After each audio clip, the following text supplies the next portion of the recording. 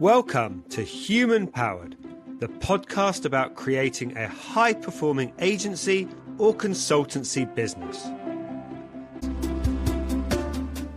I'm Trenton Moss, and today I have Anant Sharma, founder and CEO at Matter of Form. Anant, hello. Hi, Trenton. It's lovely to be here. Anant, you founded the business 15 years ago. Matter of Form is a design consultancy working mostly with luxury brands. And over the last 15 years, you've grown it to a 10 million business. Anant, tell me, how do you define high performing within the context of Matter of Form?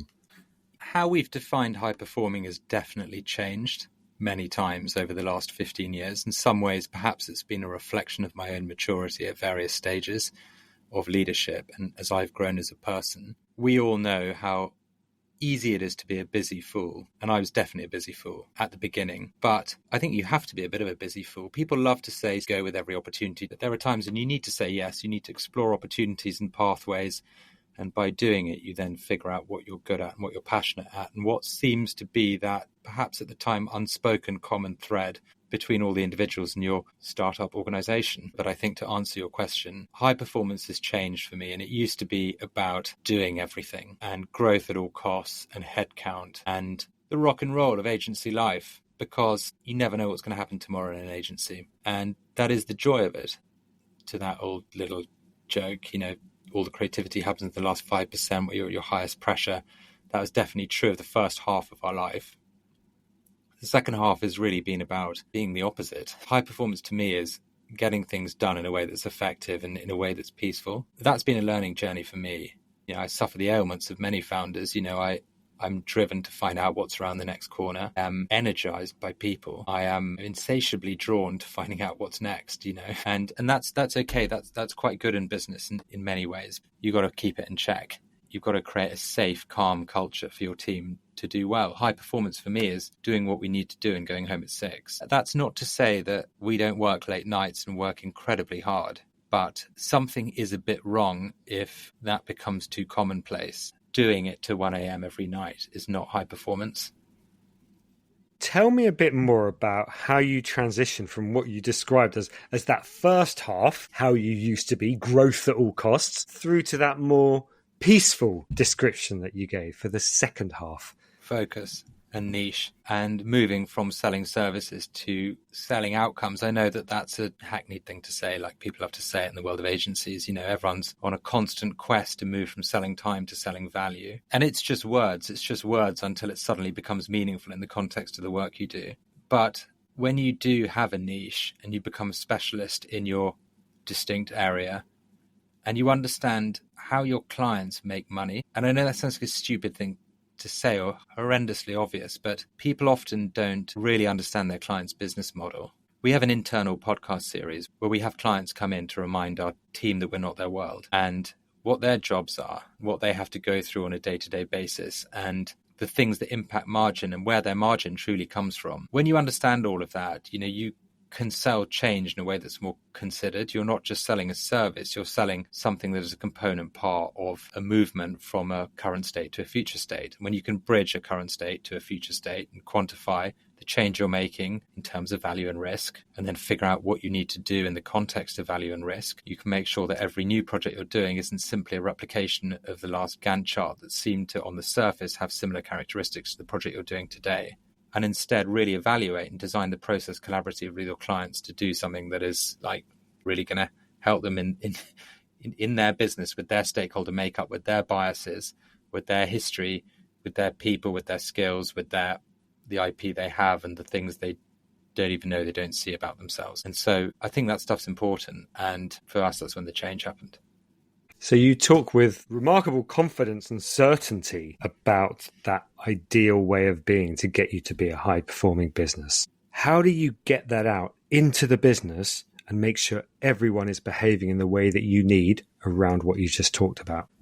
Well, I think one of the most transformative things for our business was actually implementing a strong value system. And, when we did, I thought I thought they sounded very trite. I thought values on the whole just sounded fairly token, to be honest. When we first implemented a proper value system that we stuck to, not just lip service for marketing, but a proper value system. We always had values. Most companies have got values. We know that it's one of the sort of almost like an asset that you have to have. But when we properly did it the first time, we knew we'd created something special in our culture and our people, but we couldn't put our finger on why it was the way it was. Often you don't recognize it because as a founder, you're sort of creating you're creating a community that works for you, that you'd like to live in. What comes with that is you often don't see the things that are special because they come naturally. So it can be hard to quantify that spirit, the spirit of a thing, the spirit that becomes true of the business. And so we asked our business, we went through a workshop and we drew out of the company the values that we had at the time. And then how we enforced them, it was like a joke. We had pub quizzes to do with our values. We would play games to see who could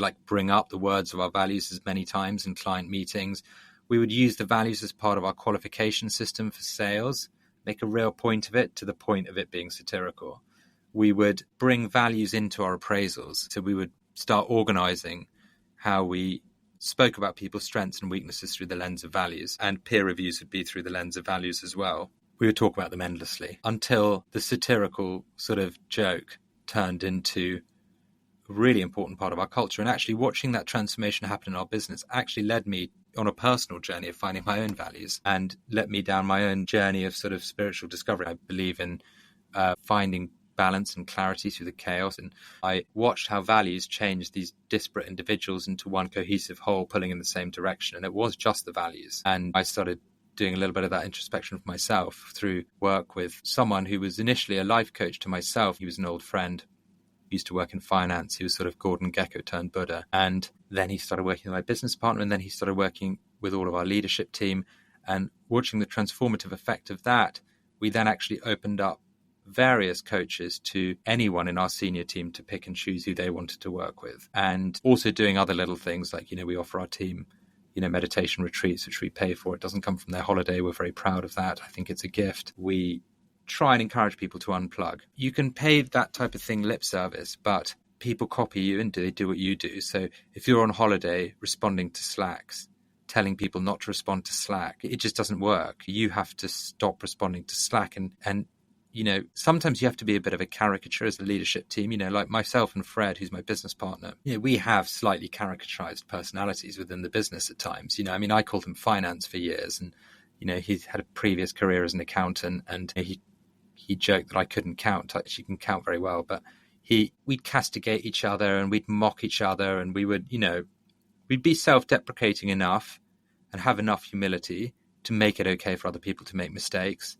And immediately upon people joining to start making it okay to draw out their weirdest eccentricities and characteristics. And I think that's ultimately what makes a culture.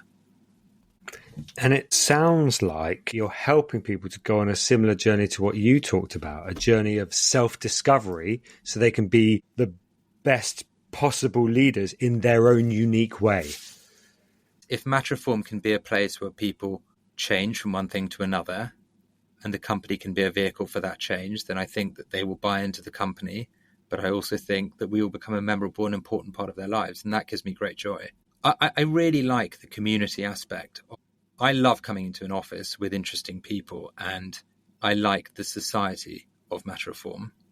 And I think it shows, actually. And people really enjoy each other's company in this business. And I think good ideas tend to happen when people are genuinely enthusiastic about not just the work, but also spending time with each other. That is driven by values. It's driven by actually taking effort to codify that unquantifiable essence that is true of the people in the room. And not just hiring because people tick boxes on a CV, but hiring because when you interview them, you work hard to see what gets the glint in their eye, whatever that is. The little sparkle, do you know what I mean? We've all got it when talking about something, and you can just see the irrational measures an individual goes to pursue something they're interested or intrigued by. And that's really quite joyful, isn't it? Tell me more about, in particular, your most high performers in the business, how you keep them happy and motivated. There are many ways to answer this question, but let me just start by saying your high performers in your business will respect you by what you say no to. So we have a stringent qualification process for new business. we actually endeavor to chop revenue out of the business. And I have this real prune the plant to grow the tree philosophy. It's very easy in a service business to accidentally grow on toxic or unhealthy revenue that has negative cultural impact, that costs you more money, but it's not immediately obvious to see what that cost is. That is revenue that's not that profitable to begin with. That is work that frames you in the wrong way. And it's difficult to break that frame. That is revenue that has promise of greater strategic work that you'll never get there. The most important thing with high-performing individuals is to ensure that you have a handle on the work that you're doing. And remember that every time you take that project on, that is like 6 to 9 months of someone's life. And they're very much on that, living and breathing it. So that's number one. Number two, in my experience, those who often seem like they're the most high-performance people in the business, or that you're over-reliant on, or that you're afraid to lose, can cause the most damage to the business in ways that are less obvious. And they stop the business growing in the right ways, or they're lone wolves. It takes sometimes bravery when you feel that you're almost dependent on someone, but such is the masterful art of those who occupy those potentially toxic roles to convince all of those around them how indispensable they are. And actually, often it's just a mismatch, but you've got to be careful of that, right? Sometimes it is about the team working together to complement each other on specific skills rather than someone who can do everything. It sounds like you've had experience of being over-reliant on one particular person. Well, when we were a small business, we had all sorts of reliances on, at times, clients and at other times, people. And we're a difficult business to hire for because we have exacting creative standards and we also have a very specific style of strategy. Then we have a demographic focus and we're pretty multidisciplined and an IP that all businesses have, but the more niche you become, the harder that IP is to simply just sort of disseminate to the team. So yes, you have reliances. We don't have reliance anymore and it creates great harmony actually. We didn't take steps to deal with over-reliances we've had in the past, and that was probably our mistake. But you realize very quickly after those individuals leave how much you grow and change afterwards. And it is like dating. But I don't know if often like you break up with your sort of first love. You've been in a relationship for like 4 years, 5 years, and then it's a very painful breakup, but you suddenly totally change and grow in ways that you were asphyxiated, in some ways by the love that you had or by the relationship that you had that became an upper ceiling to your personal growth. So I think it's just like that. It's not actually, everyone's doing their best, but you sort of end up in this relationship that can be a ceiling to personal growth. So I think it's not something that we've taken active measures to mitigate in the past, situations that seem to be going that direction, but we have realized in hindsight that is the situation that we've been in. I think also when you're young, there can be a tendency to try and buy an experience as well, because you yourself don't necessarily know what you're doing in every situation. You start moving from hiring generalists to hiring specialists. And normally those specialists who are experienced come into your organization because they see an opportunity to make a mark. And so you end up in a little bit of a dance. You end up in a little bit of a power struggle. This happens in many businesses. And you've got to figure out what is true of your company that you're going to stand firm on, but also where there are opportunities to improve and change. But you need to figure that out because you can end up in a tussle that becomes hard to unlock yourself from. I think, that's definitely something that I've been a part of. And now you've got your values, which codify how the people within the business operate. You take steps to keep those alive. You take steps to keep your high performers and indeed everyone else in the business happy and motivated. Talk to me a bit about learning and improving. What steps do you take to make sure that also happens across the business?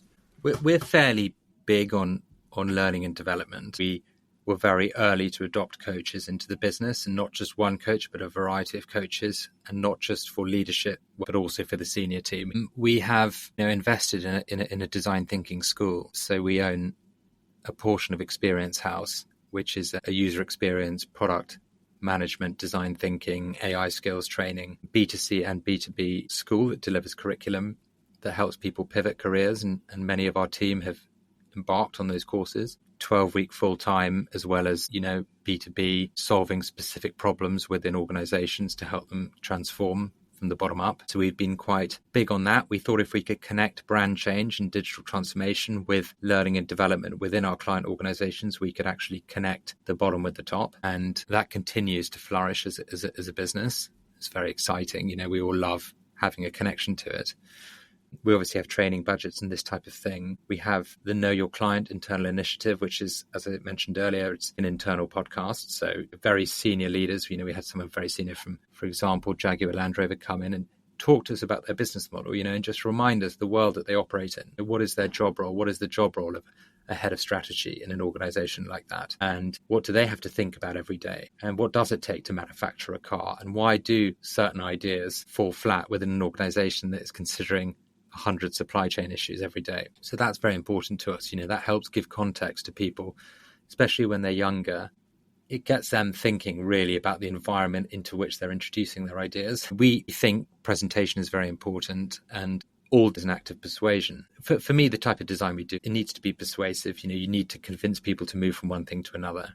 Really, it's also about identifying what the problem that needs to be solved is. One of our things in the business is everything is design, whether it's strategy, whether it's the design of process, or whether it's design. Think about how you tell the story. And so we invest in training and development around that as well. And then we have a head of talent and development and HR. And, you know, I think like we're big enough to have that role. And it's funny, like having a head of it, you know, if I was starting a business tomorrow, I'd hire all the roles first that I hired last. You don't think you need like a head of finance when you start. Or you don't think you need head of talent and HR, head of culture and talent, we call it. You don't think you need those sorts of business support roles. You know, marketing is very important. Having a PA or an EA or a studio manager or whatever hybrid of those roles is very, very important. It frees you up to not drown in arranging things and the little commitments and all of those things that get in the way of you prioritizing your time in the right way. And then we work with partners. You know, we bring in other companies into our work. And so we have them come and present to us often. We do a lot of talks. We run a lot of workshops. Try and get our less senior team to actually teach Experience House evening classes, which is, you know, an amazing way of learning teaching. I teach a couple of modules in MDF in brand strategy and CX, and that's all useful content, you know, that just sort of aligns the company voice. And then every Monday morning, we have a meeting and we ask people to present things that are happening in the world that represent either behavioral psychology or innovation in design. And so someone different in the company is on the front line every week on a Monday, bringing the concept of a thing back to our work. And it just strengthens that relationship between our work and the world. Some of the things you talked about that I think are particularly interesting are the fact that you get your clients to come in and record a podcast about their world. And that then gets your team understanding what they're focusing on day in, day out. And spoiler alert, what they're focusing on day in, day out isn't you as an agency. No, it's not. There's a whole host of things that they're worried about. And there's a whole host of their stresses and strains that they bring into the meetings that we will no doubt have with them. And it is important to remember what their world and what their existential threat looks like and who their stakeholders and who the people they need to convince are, whether it's their board or whether it's their team. I spoke to the CEO the other day for a major fashion brand, and we're his tool to help make change effective. And that means not just designing things that are revealed with on the other side of a black cloth. It's discussing, convincing, coercing. It's basically designing a path from one state to another. And you require creativity to convince people to go on that journey. And so the sequence of change and how it is enacted and then how you dress it to make it evocative and inspiring is important. One of the other things that I think is really interesting about Matter of Form is this challenger mentality that I think runs through your brand and indeed your culture. And that challenger mentality is perhaps a really great way to galvanize the team. So tell me a bit more about that. Well, look, I've never run an agency before this one, but I also haven't ever worked in an agency. So I don't really know how the agency world works, and I haven't been part of it ever. And I'm not an ex-ad agency man, although I did watch Mad Men and would have quite liked to have been in that world, to be honest. The fact is that I've never seen myself as part of that world, and we've never tried to be part of it. That's been liberating in many ways because we've run our business from a blank sheet of paper. We've made terrible mistakes along the way, but we've also not been shackled by our own experience, which has been useful. We were always like outsiders to the actual world of agencies to begin with. We were also outsiders to the world of luxury because I don't really like luxury, but we're sort of experts in it by accident. And the reason is because when we were delivering digital, we just happened to hire people who were quite brand sensitive. So we would often, and just quite empathetic, and they just had a leaning towards brand. So we just would win against quite blunt instrument UX or digital agencies who were very conversion orientated or perhaps more data orientated. So the truth is that we gravitated towards companies with digital needs who valued their brand above all else, and they tended to be luxury. And they were also quite digitally laggardy, which as a younger agency probably gave us a bit of opportunity. So basically, we accidentally developed the specialism in luxury. It's not just because I speak slightly posh. I don't actually even come from a posh background. And the truth is that snowballed, and I didn't like it. I was doing everything I could to win work that wasn't luxury the whole time. And I was a bit embarrassed to hand work that seemed the same as the last work we'd done to the team. It was like another fashion e-commerce website or another luxury hospitality group website. And the challenges were quite similar, and we had very creative and interesting teams who probably worked in an agency because they valued variety. It took me a long, long time to realize that this luxury portfolio that we'd aggregated was our greatest opportunity to stand against what we believe were tired and staid notions of luxury. So when I launched the podcast a couple of years ago, the first episode was called Why I Hate the Word Luxury, and it's still the most popular episode. I want to bring it back to your team. Something that you've told me previously is that you expect your team to use their wisdom, not their knowledge. Tell me more about that. Look, I think it's our job to design a process that is appropriate to our clients and not just appropriate to a similar business that we've worked on previously. And I think the more experienced you become, the easier it is to just replicate the last thing you did in some ways and become a little bit lazy about the fundamentals. And so what we try and do in the business is we try and actively focus on the process of process design. Fairly meta, but the idea is that we work with our clients to figure out why we're doing what we do and using our wisdom to appropriately design a process that is the least possible path to get to an outcome that will actually exert a level of meaningful change over their business or how they operate. And that's become very, very important to us. We try and get everyone in the team to think like designers. We try and get people to think, what is the value you're adding beyond coordination or in the general art of delivery? We think of as, a dynamic role that has to dynamically design a process that's appropriate for the risk that someone can see, the risk of getting something wrong, the risk on, the connection between the thing that we're doing and the impact on the business. Anant, you've said so many good things. Let's look to the future. Tell me a bit more about what's next for you and what's next for Matter of Form. I really enjoy running the business. I am less operationally involved. There are people who are much better than me at operating the business. I think we operate incredibly well. We're a fairly well-oiled machine. I really enjoy my job because it's to sort of bridge really smart minds who might otherwise be running startups or be working in consultancies, or people who are intelligent and are drawn here because they have the opportunity to design interesting things for amazing brands that involve making something, and they're given a license to explore. They have like a bit of like R&D potential right within this business. They can research and develop themselves as well as develop propositions within the business, AI being an obvious thing that every agency is focusing on right now. And we get to bridge that with CEOs of amazing businesses, and that's just like a really fun place to be in, like having the ear of someone who runs a business that you respect and being able to offer them value, but also being able to bridge them with smart minds of tomorrow. That's just a wonderful and enviable position to be in. So I enjoy that. And I'm not in a rush to stop doing what I'm doing. I think that our value will be enhanced by AI. And a lot of the work we do is broadened because of the power AI gives us. And I mean that both in terms of research, but also in terms of creative concepting. And so suddenly we are ideating or creating concepts for touch points that we would never have been able to visualize before, for example. And that's a great thing. We're not bought for the creativity. We're bought for the red thread between all of the touch points. And creativity is table stakes for the market we work to. And it takes a lot of energy to build an agency. And it is quite draining at times. It's relentless, but it's also quite joyful when you've like broken the upper ceiling of it and it's got natural momentum and you don't have key client risk, you don't have key person risk. You've got like just a level of flow. You've got a big enough team to have those job roles like head of HR. Do you know what I mean? That take a lot of the stress out of like a certain aspect of like what you had to deal with every day. And so it's a pretty pleasurable place to be in, and it's a nice size as well. We're about 50, 60 people, so not huge. That's kind of what's next for me, which is nothing.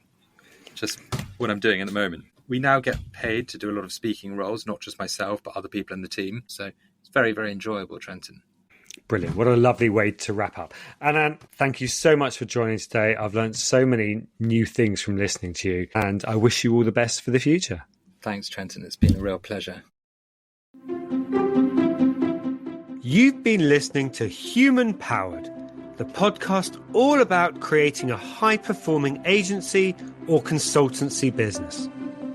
Thanks for tuning in.